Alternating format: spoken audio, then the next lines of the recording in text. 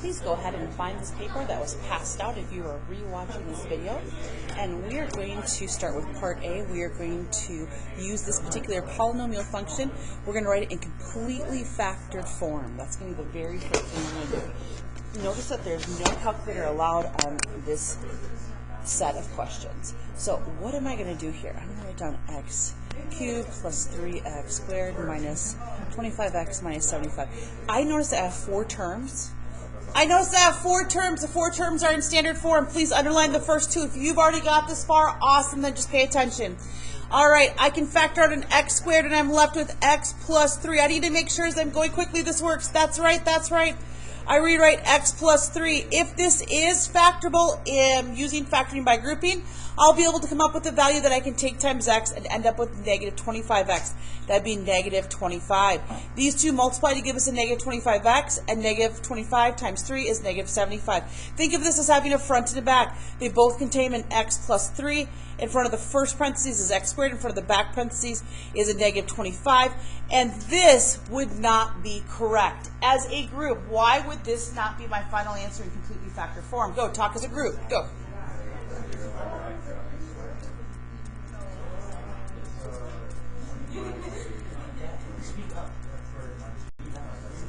This is completely factored form.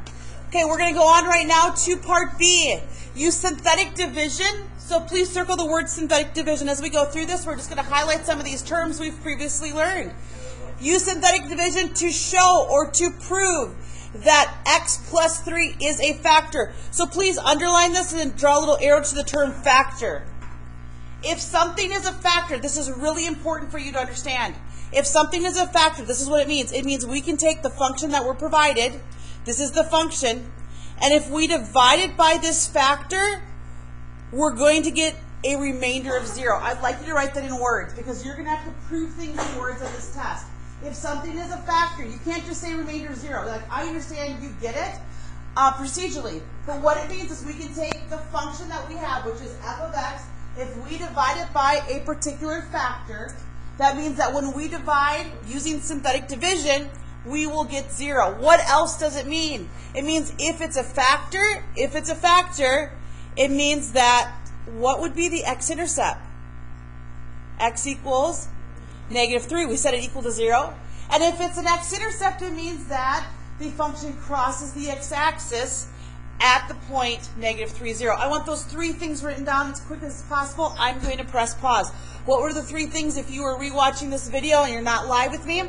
It's important for you to understand if something is a factor, it is a factor, that you can take the provided function and divide it by the given factor. And when you divide, I'm going to demonstrate that, you get a remainder of 0. I want you to write that down. You get a remainder of 0 when you either use long division or synthetic. The remainder is 0 if it's a factor.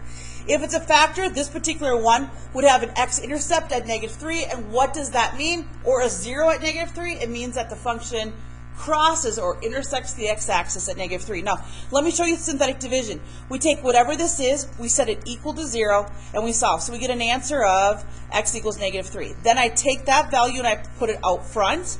Now, everything has to be accounted for. Everything has to be accounted for. So I'm going to go back up to this function. The degree is 3. The value in front of x to the third is 1. In front of x squared is 3. In front of x to the first is negative 25, and in front of x to the 0 is negative 75.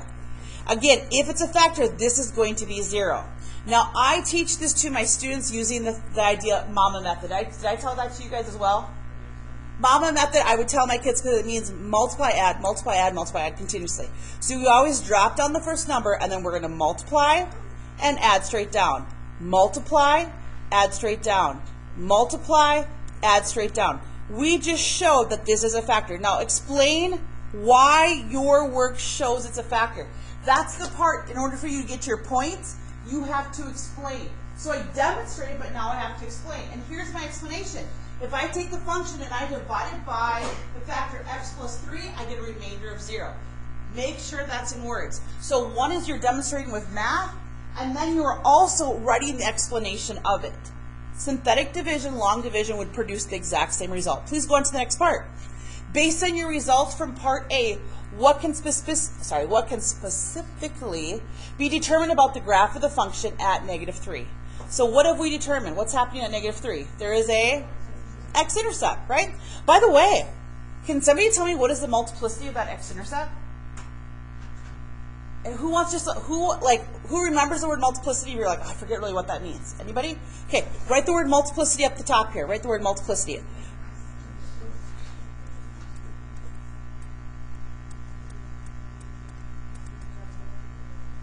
Multiplicity. So, multiplicity. If we have, let's see if I have a different colored pen here. If we have a function that simply cuts through, it simply slices right through the x-intercept, we call that a multiplicity of 1. Or some authors may say it's a multiplicity that's linear. If we have one that bounces off, here's an example. It bounces off, we say it's a multiplicity of 2. Some authors may say that is quadratic. And then, do you remember how we snake through? If it snakes through, we say it's a multiplicity of 3 or cubic. So why did I add that in? Based on your results, what specifically can be determined? So if you are telling me everything you know right now, I can say, yes, I know that x equals -3 it's a root. It's a 0, right? It's a solution to this. I know that this is a factor, and not only is it a 0 or an x-intercept, it has a multiplicity of 1. All right, let's go down to the very bottom. Suppose that we now have a different polynomial function that's given by g of x equals -3 x to the third plus k of x minus 2. For what value of k would we need to ensure that x plus 2 is a factor? We must show our work. Okay, this is going to be easier than you think. So if it's a factor, how could you prove this mathematically? What would happen? If x plus 2 is a factor of this, what would happen? Divide. Perfect. Everybody write this down. G of x divided by that factor has to equal what? 0. Nice. G of x divided by. Now, how can we divide? We can use long division or synthetic, and in most cases, most people prefer synthetic. So, what value is going to go out front here? Anybody? -2. Good. Okay, now, here's where it's really easy to make a mistake, so I need to go slow. What is the degree of this function? That means what's the highest exponent on a variable? Okay, so the coefficient of x to the third is -3. What is the coefficient of x squared? Bless you. 0. The coefficient of x to the first is k. The coefficient of x to the 0 is -2. Here we go. You ready? So for what value of k can we guarantee that this equals what, kiddos? What is this going to equal? I know it's going to be equal 0 because it says it's a factor. All right, so we're going to drop down, and then I'm going to use for synthetic, I'm going to remind myself of Mama method. Multiply, add, and so on. Multiply to get 6, add down to get 6. Multiply to get -12. Now when I add down, it's the expression x minus 12. Now I need to take -2 times this quantity. Does everybody see that? I need to take -2 times this quantity. And then when I add them together, I should get an answer of 0. So I'm going to press pause right now.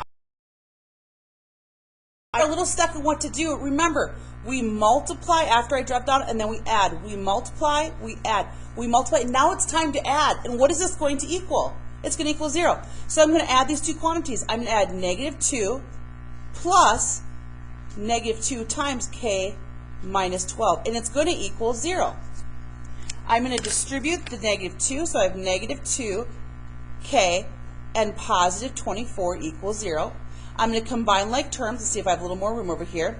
So I have -2 minus 2k plus 24 equals 0. Okay, -2 and 24 is a positive 22.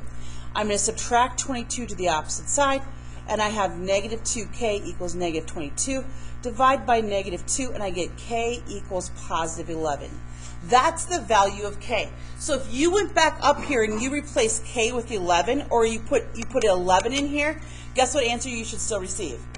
You should still get a remainder of 0, because we're told that this is a factor of this polynomial. We just had to figure out what value of k would make it a factor.